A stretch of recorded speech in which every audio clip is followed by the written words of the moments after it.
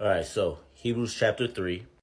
Again, for the claim that is made regarding whether or not it is scripturally based that Jesus is our Sabbath. If you're going to be able to defend that stance, you need to understand how we come to that conclusion. Now, unlike the Adventists, we can actually come to this conclusion using the scripture and not relying on somebody's supposed vision. So Hebrews chapter 3, verse 1 says, Therefore, holy brothers, partakers of a heavenly calling, consider the apostle and high priest of our confession, Jesus, who was faithful to him who appointed him, as Moses also was in all his house. So right off the bat, we have a comparison being made. Jesus we have, Moses we have. For he has been counted worthy of more glory than Moses, insomuch as the builder of the house has more honor than the house. Now Moses was faithful in all his house as a servant for a testimony of those things which were to be spoken later. But Christ was faithful as a son over his house, whose house we are. We are his house, if we hold fast our confession and the boast of our hope. All right, so now let's apply our chart down here. So who are the main characters? Jesus and Moses. These are the people who are in focus by the author of this letter. Who is the audience? Jewish Christians. It's called the letter to the Hebrews.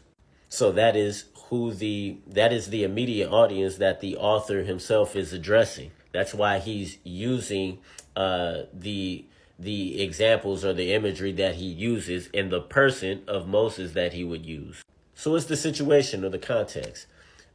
Jesus was a faithful son over the house of God, that would be believers, just as, excuse me, y'all, just as Moses was a faithful servant over God's house, which was Israel. The reference here would be Numbers 12 and 7, because that was the scripture in which the author was quoting from the Septuagint. This one right here, Moses was faithful in all his house as a servant. That's Numbers 12 and 7 right there. Now, what was the author's point here? How can we make application? Or basically summarize what the author was saying in this section of scripture. The point is, Jesus is better than Moses. He said he has more glory than Moses, right? What Moses was a shadow of Christ. Moses served for a testimony of things which were to be spoken of later. So the author is building a case right here. He already told us in chapter 1 how Jesus is better than the angels.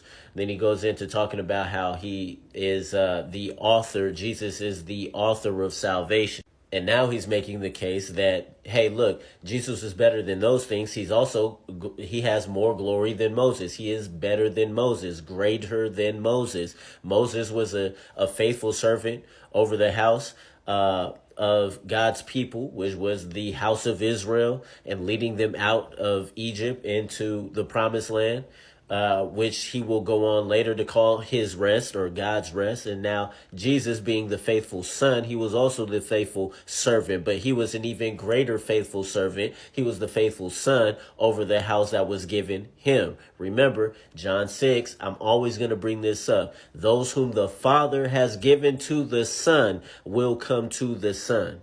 We see that exegeted here by the author. Let's keep going though.